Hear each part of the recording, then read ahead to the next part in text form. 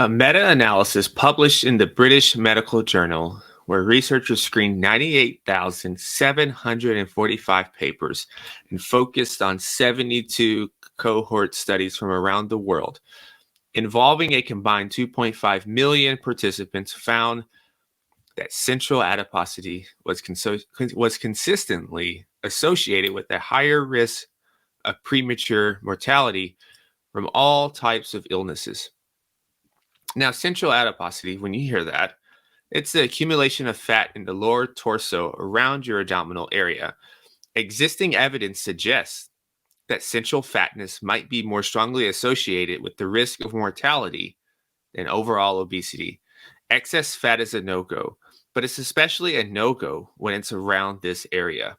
Today's episode is all about weight and fat, but not just any type of fat. It's about one of the most important types of fat. I'm going to discuss visceral fat and its connection to your business performance and overall health and longevity. Welcome to Executive Health and Life. I'm your host, Julian Hayes II, and the mission here is to help and inspire you to seek sustained peak performance and maximize your longevity, and ultimately maintain your edge and your status while enjoying the finer things in life. Now, as I mentioned, we're going to discuss visceral fat. And visceral fat is something that matters from both a business and a personal health standpoint. Visceral fat is the type of fat that accumulates around the organs in your abdominal cavity and has been linked to several health problems such as insulin resistance, type 2 diabetes, heart disease, and even certain types of cancer. Now, we'll go more into detail soon on the health implications of this. But from a business standpoint, entrepreneurs and executives need to be in good health to perform at their best and to ultimately make sound decisions. Now, poor health can lead to decreased productivity, increased absenteeism, and a higher healthcare cost. Additionally, this is a thing that you cannot overlook as well, because you are a leader, that being in good health can help you set an example for your employees and to promote a culture of wellness in the workplace. Now, I started reading a lot on visceral fat. It's something that I've always knew about, but I just didn't know how important it was and just how critical it was and how overlooked it is still to me from a longevity and performance perspective. So, for me now, all of my programs and services now, I include a DEXA scan as part of my offering. So, and a DEXA scan, for those who may not know, it's something that you can get, and it's something that serves its importance because it looks beyond just your weight. It looks beyond just your BMI, which for some people can be flawed if you happen to have a lot of muscle on you, you can be more of an athletic build. But BMI still has its use still. But these things, the DEXA scan ultimately helps to determine your body fat distribution. And results from a DEXA scan includes total body fat mass. It includes total non-fat mass. It includes bone mass. It includes regional body fat and non-fat mass distribution from like your trunk, your arms, your legs, and your waist and your hip regions. And generalized bone mineral density, which is important because we start to lose bone typically, and I say this in quotations if you're not watching this, I say this in quotations, usually starting around 30 or a little over 30, if we don't really do too much, we start to lose muscle mass and a little bone. Women more so than men. And then lastly, this is also going to include your visceral fat reading as well, or abdominal fat, whichever way you want to call it. So before moving on though, I want to distinguish between visceral fat and maybe subcutaneous fat, which is something that you're probably much more familiar with. And there's 4 big distinctions to keep in mind as we're talking about visceral fat here and we're talking about subcutaneous fat. Number 1 is the location. So our subcutaneous fat, this is located just beneath our skin. This is the layer between the skin and the muscles, the underlying muscles. And this is going to be spread throughout the body, and it typically accumulates in areas such as your thighs, your hips, your buttocks, and your abdomen. Now, visceral fat, on the other hand, This is located deep within the abdominal cavity. This is surrounding the organs such as your liver, your intestines, and even your pancreas. The second big distinction here to keep in mind is the distribution of the whole thing. So, subcutaneous fat, this is distributed evenly across the body. This is going to act as your protective layer. This is providing insulation. This is providing energy storage. This also tends to be softer to touch. Now, visceral fat, on the other hand, this is more concentrated in this abdominal region. This is going to form the quote unquote, again, beer belly or the apple shaped appearance. This wraps around your internal organs and this can push your abdominal wall outward. This is resulting then in a more firm and hard texture. So that's a key distinction between these two. Also is the health risk. Now, both types of fat are metabolically active, but the visceral fat poses a much higher health risk compared to the subcutaneous fat. The visceral fat is going to release more of these inflammatory substances and these hormones into your bloodstream, which is then going to lead to the insulin resistance. It's going to lead to inflammation, and it's going to lead to other metabolic issues. This has also been strongly associated with an increased risk of chronic conditions such as type 2 diabetes, heart disease, stroke, and certain cancers, as I mentioned earlier. Now, subcutaneous fat still has its issues, still is something that we go around championing and celebrating that, ooh, we got a bunch of subcutaneous fat. No, we wouldn't do that. But it has its certain health implications when it's in excess, but it's generally less harmful than the visceral fat. Number 4 is measurability. So subcutaneous fat can be measured using various methods, such as you've probably seen these at the gym. Maybe you've even used these before. These are your skin fold calipers or your body circumference measurements. And visceral fat, though, on the other hand, is typically measured using some sort of imaging technique, such as a computed tomography scans, which is CT scans for short, or a MRI, which is magnetic resonance imaging, or a DEXA scan. And these methods, which I prefer, they allow for a much more accurate assessment of these visceral fat levels and its distribution within the abdominal cavity. So with all of this said now, let's get into some details here of just a few of the big health points and its connection to visceral fat. And there are so many that I could name here, but I didn't want to turn this into an hour and a half episode. So we're just going to skim over some of the big ones here and then move on. So the first one is visceral fat and the accumulation of fat. So excess visceral fat is going to inhibit the hormone adiponectin. This hormone is referred to as the quote unquote, again, fat hormone.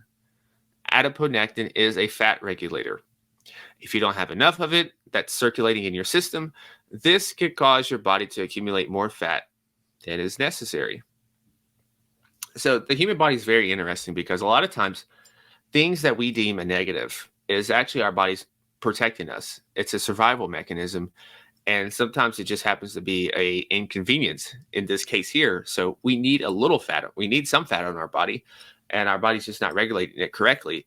So now we're having too much of it. So this is the same thing with a lot of when we look at genetics and a lot of different SNPs that we have, that, these things came from evolution and protected us. And, our genes may not match up with our environments now, but it doesn't mean that, it's a sentence to always deal with these particular issues or situations that we have. So, as we come back to this, as I mentioned, it's a fat regulator and you don't have enough of it circulating in your system. And so now this is causing your body to accumulate more than necessary. Now, studies have also demonstrated that visceral fat and adiponectin were independently associated with various metabolic risk factors, such as high cholesterol, high triglycerides, lower LDL, and a HDL. So a lot of different things are happening here when it comes to the accumulation of fat and hence the visceral fat. So the second point I want to bring out is visceral fat and its connection to cognitive functioning. So as I was reading and prepping for this episode, I found that increased visceral fat seems to have an effect on cognition. I found that also increased visceral fat can really lay waste to a lot of our executive functioning skills. And one study in particular demonstrated that visceral fat is harmful to the brain because it allows this inflammatory cytokine called interleukin 1 beta to infiltrate the brain. And this interleukin 1 beta cytokine, it's produced by visceral fat. This travels through your bloodstream, passes through the blood-brain barrier, and then enters the brain. And this is where it causes then these microglials to become dysfunctional and disrupt your cognitive potential and abilities. Now, it's not going to say that you're just going to drop from 100 to 0 or anything extreme like that. But over time, there could be a noticeable decrease in your cognition. This is sometimes what people refer to as brain fog. We hear that word a lot, brain fog. But what exactly is brain fog? This is pretty much kind of what brain fog is, at least how I define it, is just that you're just not thinking as sharply. You're not as sharp. Your mental acuity is just not as good. Now, as to what the microglia are, these are immune cells in your brain which regulate neuronal functioning indirectly by clearing these dead cells and extracellular debris, and directly by releasing signaling molecules that support, or the key part here, suppress neuroplasticity. So the next one I want to talk about is visceral fat and cardiovascular health. Visceral fat has been linked to an increase in cardiovascular disease. I know I mentioned that at the beginning of this episode. The release of, once again, these inflammatory substances from visceral fat can contribute to the development of atherosclerosis. Atherosclerosis is a condition that's characterized by the buildup of plaque in your arteries. This can unfortunately lead to heart attacks, strokes, and other cardiovascular complications. But by managing these visceral fat levels, you can greatly reduce the risk of cardiovascular disease while promoting heart health. And big time on this one. Had a lot of experience seeing people and with family and everything with cardiovascular health. So this is an area that I understand a little too much to my liking. So the next one is visceral fat and metabolic health. Excessive visceral fat is associated with insulin resistance, which impairs your body's ability to effectively regulate blood sugar levels. Now, insulin resistance can lead to the development of type 2 diabetes over time. This is what we see a lot of people in the world now coming to, is becoming more and more insulin resistant and eventually falling into what's a category of type 2 diabetes. So metabolic health is one of the most important things.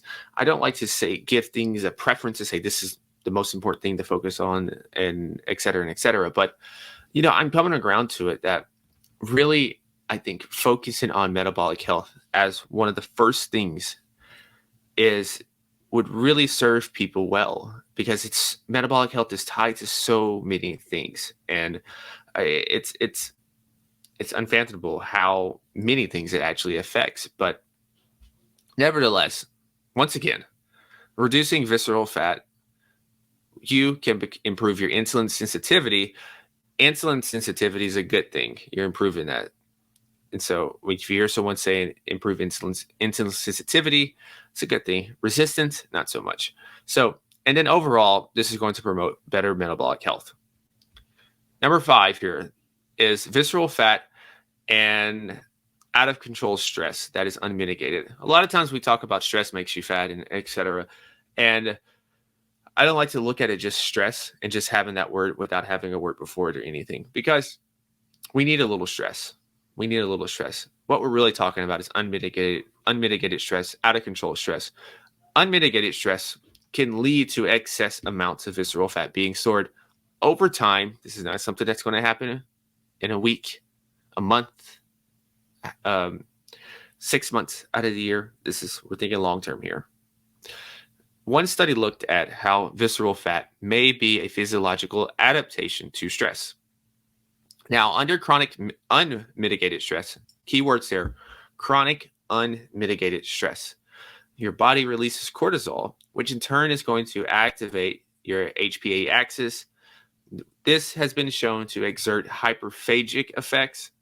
Hyperphagic effects is a fancy word of saying that someone has an abnormally increased appetite for food consumption. They're eating a little more. This is typically associated usually with a hypothalamus issue. But in this case, there's also, with this chronic unmitigated stress, there's also a potential issue of a antithermogenic effect going on. So no heat producing. So once again, if there's not as much heat being produced, then you can't get the fat off. So it's a catch-all. And so glucocorticoids, which are a group of corticosteroids, such as cortisol, these are involved in like carbohydrate, protein, and fat metabolism. And these are also anti-inflammatory and immunosuppressive. But these glucocorticoids, they affect abdominal fat to a greater extent than the subcutaneous adipose tissue, because abdominal adipose tissue has more cells per mass unit, higher blood flow, and more glucocorticoid receptors. So we laid out a couple of the big issues. That was about 5 of them. There's a handful of more that we could have went into. But the good news in all of this is that first and foremost, having awareness that there's different types of fat and that not all fats are equal. I kind of like that saying, not all fats are equal, because we've seen people advanced age that have a little extra pounds to them, but it's not the visceral fat. It's the subcutaneous fat, and there's a difference. But losing visceral fat is absolutely in your control. Losing visceral fat requires a comprehensive approach that combines healthy eating, regular physical activity, and various lifestyle modifications. In a nutshell, master the basics and then focus on becoming optimized and enhanced, or you can simply call it becoming superhuman. Now, in terms of pillars, just to keep in mind, a big picture here. First and foremost is to look into your nutrition. Learning your genetics always helps. You can have a more precise dialing into the type of diet, types of foods that you should eat. But in general, though, increase your fiber intake, water intake. These things have never really failed people. Opt for healthy fats. I'm partial to olive oil, macadamia nut oil, and avocado oil. Those are my 3 favorites. Adequate protein intake as well. I think a solid diet that's also satiating is it starts with a strong protein intake. And then, so we have our proteins, we have our fats, and then you strategically implement your carbohydrate intake. And this is based on, I usually do this, it's based on a person's activity, how active they are, do they do a lot of sports, some of their lab work, their genetics, and then where they currently stand in life right now. So it's a couple of different factors that I would use to come up with a carb intake. And increased physical activity include here aerobic exercise, strength training, and even a little high intensity training into your weekly training regimen. Now, this is not, regarding physical activity, mobility and stability as well. Keep those 2 things in mind as well. And so implement those into your strength training regimen, or do it separately, maybe yoga or something like that, or at home while watching TV, while watching sports, or watching something on YouTube or Netflix. Do some mobility and stability work. Next is stress management. So as mentioned earlier, chronic stress can contribute to the accumulation of visceral fat. But here's the thing, and this is the thing that people talk about with stress. Don't focus on removing all the stress in your life. Just simply aim to mitigate it.